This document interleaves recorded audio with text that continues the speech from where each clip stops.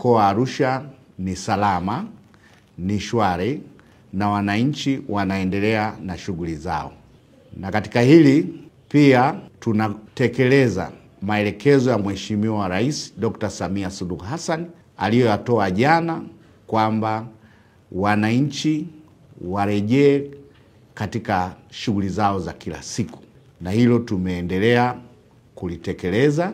Mkoa wa Arusha tulianza kwa awamu, na hili ambalo Mheshimiwa Rais manake sasa ni full operation, kwamba shughuli zote zirejee kama zilivyo, na mkoa wetu ni mkoa wa kibiashara, kiuchumi na mambo ya utalii, nayo tumehakikisha kwamba wageni wetu wanaokuja katika mkoa wa Arusha wanaendelea kuwa salama na wameendelea kupata huduma zote za msingi walizoijia.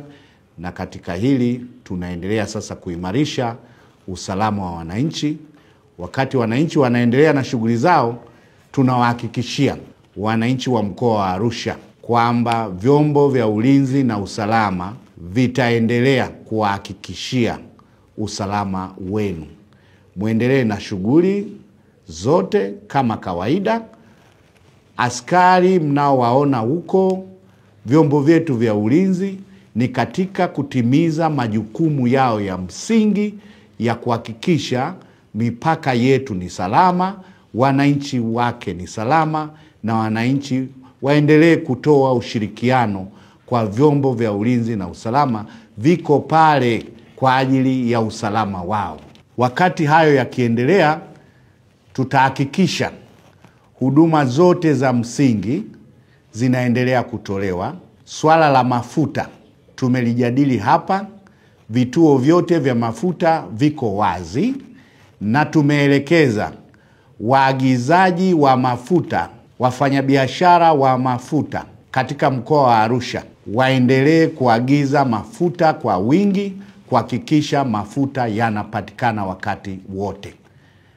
Lakini pia kutokana na hali ya usalama kuwa imetengemaa, tutoe wito sasa kuhakikishia wasafirishaji, kwa maana mabasi kutoka mikoa mingine, kwamba mkoa wa Arusha ni salama, ili waendelee kutoa huduma hizo.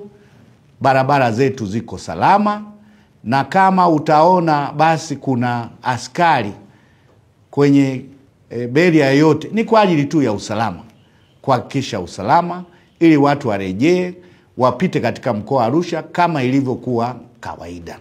Niwaombe wenye viti wa serikali za mitaa na vijiji, mahali kote huko ndiko msingi wa kamati za ulinzi na usalama, kuendelea kushirikiana na vyombo vya ulinzi na usalama, kutoa taarifa za usalama na katika mitaa yao na vijiji vyao kwa kamati hizo katika vyombo vyetu, na sisi tutaendelea kutimiza majukumu yetu ya msingi ya kuhakikisha mkoa wa Arusha unaendelea kuwa salama.